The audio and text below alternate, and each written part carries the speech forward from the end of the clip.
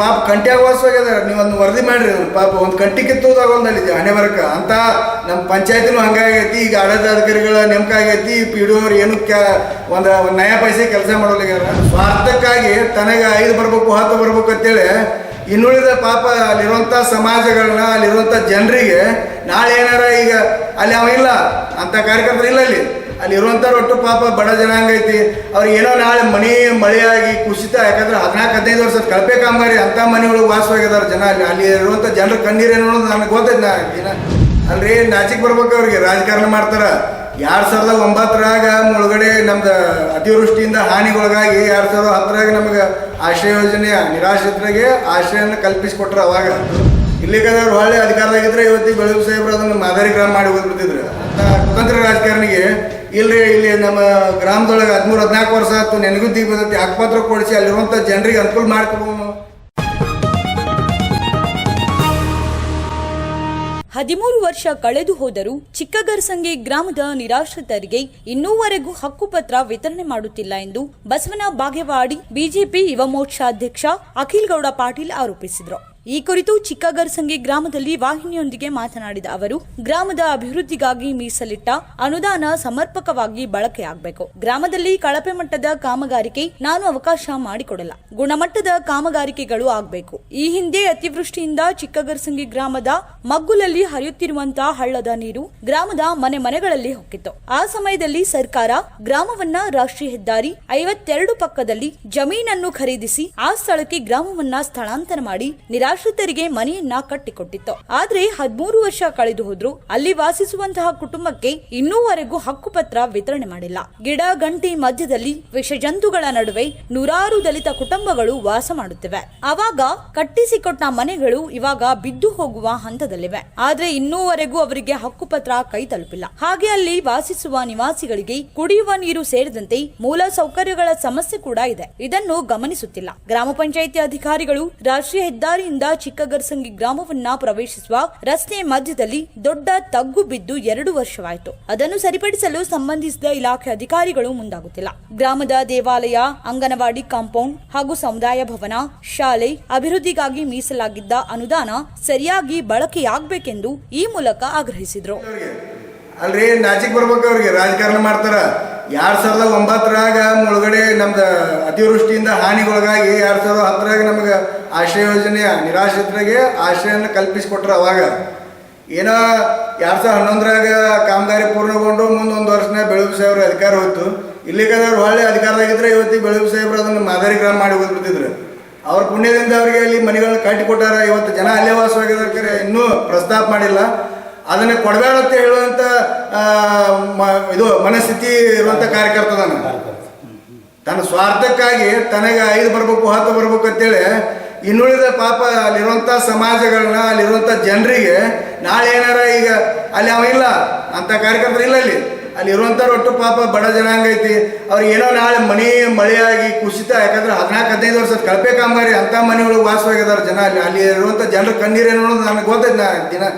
ದಿನ ನೋಡ್ತೀನಿ ಅಂತ ಒಂದು ಏನೋ ಅಭಿವೃದ್ಧಿ ಎಂಬುದು ಏನೂ ಇಲ್ಲ, ಶೂನ್ಯ ಐತಿ. ಆ ಪಾಪ ಆ ನಮ್ಮ ಹೊಸ ಗ್ರಾಮಕ್ಕೆ ಅವ್ರಿಗೆ ಹಕ್ಕುಪತ್ರವನ್ನು ಕೊಡುವಂಥ ಕೆಲಸ ಆದ್ರೆ ಅವ್ರ ಪಾಪ ದುಡ್ದಿರ್ತಕ್ಕಂಥ ಶ್ರಮದೊಳಗೆ ಒಂದು ಸುಸರ್ಜಿತವಾದಂಥ ಒಂದು ಸೂರನನ್ನು ನಿರ್ಮಾಣವನ್ನು ಮಾಡ್ಕೊಳ್ಳುವಂಥ ಕೆಲಸ ಅಲ್ಲಿರುವಂಥ ಜನರು ಮಾಡ್ತಾರೆ. ಅದನ್ನ ಇನ್ನ ಮಾಡಿಕೊಡುವಂಥ ಕೆಲಸ ಇಲ್ಲ. ಅಂಥದ್ದು ಕೇಳಬೇಡ್ರಿ ಅಂತ ಕುತಂತ್ರ ರಾಜಕಾರಣಿಗೆ. ಇಲ್ಲಿ ನಮ್ಮ ಗ್ರಾಮದೊಳಗೆ 13-14 ವರ್ಷ ಆಯ್ತು ನೆನಗುದ್ದಿ ಬದತಿ ಹಕ್ಕುಪತ್ರ ಕೊಡಿಸಿ ಅಲ್ಲಿರುವಂಥ ಜನರಿಗೆ ಅನುಕೂಲ ಮಾಡಿಕೊಡುವ ಅಂತ ಒಂದು ಯೋಚನೆ ಇಲ್ಲ. ಸ್ವಾರ್ಥದ ರಾಜಕಾರಣ. ಸ್ವಾರ್ಥ ತನಗೇನಾದ್ರು ಲಾಭ ಆಕಿತ್ತಂದ್ರೆ ಅಟ ಮಾಡ್ತಾನ ಅಂತಾರ ಕುತಂತ್ರಿ. ಅದನ್ನು ಅದಕ್ಕೆ ಅಂಥ ಕೆಲಸವನ್ನು ಮಾಡಬೇಡ್ರಿ. ಯಾಕಂದ್ರೆ ಮನುಷ್ಯನಿಗೆ ಇರೋದು ಒಂದೇ ಜನ್ಮ. ಯಾಕಂದ್ರೆ ಇರುವಂಥ ನಾವು ಇರೋತನ ನಾವು ಏನು ನಮ್ಮ ಗ್ರಾಮಕ್ಕೆ ನಮ್ಮ ಇರುವಂಥ ಜನರಿಗೆ ನಾವು ಏನು ಕೆಲಸ ಕಾರ್ಯಗಳನ್ನ ಮಾಡಿಕೊಟ್ಟು ಹೋಗ್ತೀವಿ ಅದು ನಿರಂತರ ಶಾಶ್ವತ. ನೀವು ಏನೋ ದುಡ್ಡು ಐಶ್ವರ್ಯ ಏನೇ ಗಳಿಸಿದ್ರು ಯಾರೂ ಕೇಳೋದಿಲ್ಲ. ನಾವು ಏನು ಜನರಿಗೆ ಸಹಾಯ ಸಹಕಾರವನ್ನು ಮಾಡಿರ್ತೀವಿ ಅದನ್ನು ಜನ ನೆನೆಸ್ತಾರೆ. ಅವರ ಆ ಆಶೀರ್ವಾದ ನಮ್ಮ ಮೇಲೆ ಯಾವಾಗಲೂ ಇರ್ತೈತಿ. ಅದಕ್ಕೆ ಅಂಥ ಕೆಲಸವನ್ನು ಮಾಡಿರಿ. ಅಲ್ಲಿ ಪಾಪ ಕಂಟ್ಯಾಗ ವಾಸವಾಗ್ಯದ. ನೀವು ಒಂದು ವರದಿ ಮಾಡ್ರಿ. ಪಾಪ ಒಂದು ಕಂಟಿ ಕಿತ್ತೋದಾಗಲ್ಲಿ ಹಣೆ ಬರಕ ಅಂತ. ನಮ್ಮ ಪಂಚಾಯತಿನೂ ಹಂಗಾಗೈತಿ. ಈಗ ಆಡಳಿತಾಧಿಕಾರಿಗಳ ನೇಮಕ ಆಗೈತಿ. ಪಿ ಡಿ ಅವ್ರು ಏನು ಒಂದು ನಯಾ ಪೈಸೆ ಕೆಲಸ ಮಾಡೋಲ್ಲಾಗ್ಯಾರ. ಅದಕ್ಕೆ ಅದು ಬರೀ ಕಂಟಿಕಿದ್ದು ಕೆಲಸ ಆಗ್ಬೇಕಲ್ಲ. ಪಾಪ ಅಲ್ಲಿರುವಂಥ ಅಲ್ಲಿದ್ದ 1 ಕಿಲೋಮೀಟ್ರ್ ಮಕ್ಕಳು ಹಳೆ ಗ್ರಾಮಕ್ಕೆ ಶಾಲೆಗೆ ಬರ್ತಾರೆ.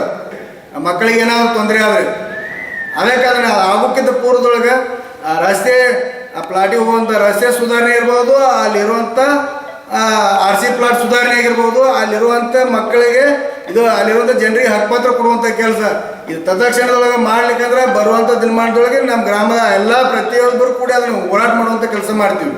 ನಿಮಗೆ ಇದ್ರದ್ದು ಅಂತ ಹೇಳಿದೇನ, ಈ ರಸ್ತೆಗೆ ಹೋಗಾಕ ಅಲ್ಲಿ ನಡುವಂದ ಒಂದು ಅರ್ಧ ಕಿಲೋಮೀಟರ್ ನಮ್ಮ ಶಾಲೆಯಿಂದ ಮುಂದೆ ಹೊಸ ಪ್ಲಾಟಿಗೆ ಹೋಗೋ ರಸ್ತೆ ಒಳಗೆ ಒಂದು ಪೈಪ್ ಹೊಡೆದ್ರಿ. ಬರೋಬ್ಬರಿ 2 ವರ್ಷ ಆದ ಪೈಪ್ ಹೊಡೆದು. ಇವು ಗ್ರಾಮ ಪಂಚಾಯತಿಯವ್ರು ತೀರಾ ಅಷ್ಟು ಅನುದಾನ ಇಲ್ಲ. ಒಂದು 2 ಸಿಮೆಂಟ್ ಪೈಪ್ ಹಾಕಿ ಅದಕ್ಕೊಂದು ಸಿಡಿ ಮಾಡಿ ಮ್ಯಾಲೆ ಒಂದು ಗರ್ಸರ ಹಾಕಲಿ, ಏನಾರು ನಮ್ಗೆ ಅದು ಕಾಂಕ್ರೀಟ್ ಬೇಡ, ಅಟ್ಲೀಸ್ಟ್ ಗರ್ಸ್ ಹಾಕಿ ಹೋಗಂಗೆ ಚಿಮ್ಮರಿ ಹಾಕ್ತಾರೆ. PDOನ ಅದಕ್ಕೆ ಸಂಬಂಧಪಟ್ಟ ಅಧಿಕಾರಿಗಳು ಕರೆಸಿ ಅದನ್ನು ಮಾಡೋದು ನೀಗಿಲ್ಲ ಅಂದ್ರೆ ಅವಾಗ ಅವ್ರನ್ನ ಚಿಮಾರಿ ಹಾಕುವಂಥ ಕೆಲಸ ಮಾಡ್ತಾರೆ. ಇದನ್ನು ತಾವು 2-3 ಸಲ ವರದಿ ಮಾಡಿದ್ರಿ ಮಾಧ್ಯಮದೊಳಗೆ, ಮಾಡಿದರೂ ಕೂಡ ಪಂಚಾಯತಿಯವ್ರು ಎಚ್ಚೆತ್ಕೊಂಡಿಲ್ಲ. ಅದಕ್ಕೆ ಸಂಬಂಧಪಟ್ಟ RDPR ಇಲಾಖೆನ ಮಾಡಲಿ ಅಂದ್ರೆ ಪೈಪ್ ಹಾಕೋದು, ಗರ್ಸ್ ಹಾಕೋದು, ಆಟೋ ಒಂದು 20,000 ರೂಪಾಯಿ ಪಂಚಾಯತಿ ಒಳಗೆ ಅನುದಾನ, ತೀರಾ ಅಷ್ಟು ಅನುದಾನ ಇಲ್ಲ. ಅಂದ್ರೆ ನಾಳೆ ಏನಾದ್ರು ಸಾರ್ವಜನಿಕರು ಯಾರು ಸೈಕಲ್ ಮೋಟ್ರ್ ಬಿದ್ದು ಕೈಯ ಕಾಲ ಮುಗಿದು ಸಾಕಷ್ಟು ಮಂದಿ 2-3 ಮಂದಿ ಆಗತ್ತೆ. ಇನ್ನು ಹೆಚ್ಚಿನ ಆಘಾತ ಆತಪ್ಪ ಅಂದ್ರೆ ಅದಕ್ಕೆ ನೇರವಾಗಿ ನಾವು ಸ್ಥಳೀಯ ಪಂಚಾಯತಿ ಅಧಿಕಾರಿಗಳ ಮೇಲೆ ಒಂದು ಕಂಪ್ಲೇಂಟ್ ಮಾಡ್ಬೇಕಾಗ್ತಿ. ಅದನ್ನು ನಾವು ಶಾಸಕರ ಗಮನಕ್ಕೂ ಕೂಡ ನೀವು ಇದನ್ನು ತೊಗೊಂಬರಿ ಅಂತೇಳಿ ನಾ ಈ ಮಾಧ್ಯಮ ಮುಖಾಂತರ ಹೇಳಿಕ್ಕೆ ಇಚ್ಛೆ ಪಡ್ತೀನಿ.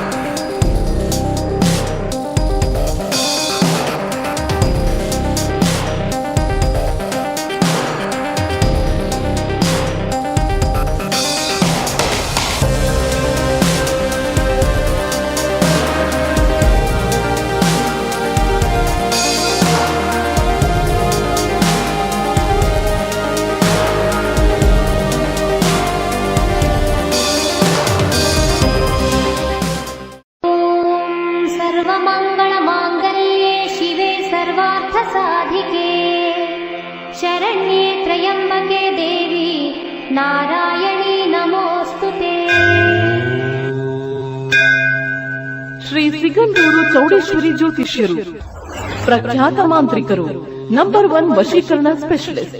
ಸಿಗಂದೂರು ಚೌಡೇಶ್ವರಿ ತಾಯಿ ಪ್ರಮಾಣವಾಗಿ ಕೇರಳ ಕೊಳ್ಳೆಗಾಲ ಪೂಜಾ ಪದ್ಧತಿಯಿಂದ 100% ಗ್ಯಾರಂಟಿ ಪರಿಹಾರ.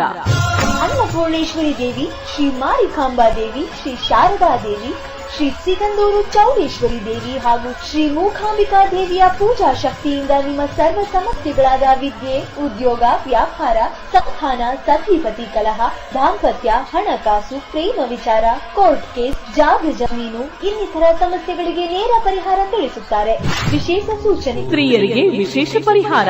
ನಿಮ್ಮ ಸಮಸ್ಯೆಗಳಾದ ಕೆಲಸದಲ್ಲಿ ತೊಂದರೆ, ವಿವಾಹ ವಿಳಂಬ, ಪ್ರೀತಿ ಪ್ರೇಮ ವಿಚಾರ, ಗಂಡ ಹೆಂಡತಿ ಗುಪ್ತ ಸಮಸ್ಯೆ, ಗಂಡ ಪರಸ್ಪರ ಸ್ತ್ರೀಯರನ್ನು ಬಿಡಿಸಲು, ಮಕ್ಕಳು ಮಾತು ಕೇಳಲು, ಶತ್ರುನಾಶ, ಮಾಟ ಮಂತ್ರ, ಪ್ರೀತಿಯಲ್ಲಿ ನಂಬಿ ಮೋಸ, ಇಷ್ಟಪಟ್ಟವರು ನಿಮ್ಮಂತೆ ಆಗಲು, ಸ್ತ್ರೀ ವಶೀಕರಣ, ಪುರುಷ ವಶೀಕರಣ, ಲಕ್ಷ್ಮೀ ವಶೀಕರಣ, ಲೈಂಗಿಕ ವಶೀಕರಣ, ಯಾವುದೇ ಹಳ್ಳಿ, ತಾಲೂಕು, ಜಿಲ್ಲೆ, ಸ್ಥಳದಿಂದ ಕರೆ ಮಾಡಿದರೆ ಫೋನಿನ ಮೂಲಕ ಪರಿಹಾರ. ಫೋನಿನ ಮೂಲಕ ನಿಮ್ಮೆಲ್ಲ ಸಮಸ್ಯೆಗಳಿಗೆ ಪರಿಹಾರ ನೀಡುತ್ತಾರೆ. ಪಂಡಿತ್ ರಾಘವೇಂದ್ರ ಜೋಶಿ. ಸಂಪರ್ಕಿಸಿ. Mobile number 9901238550.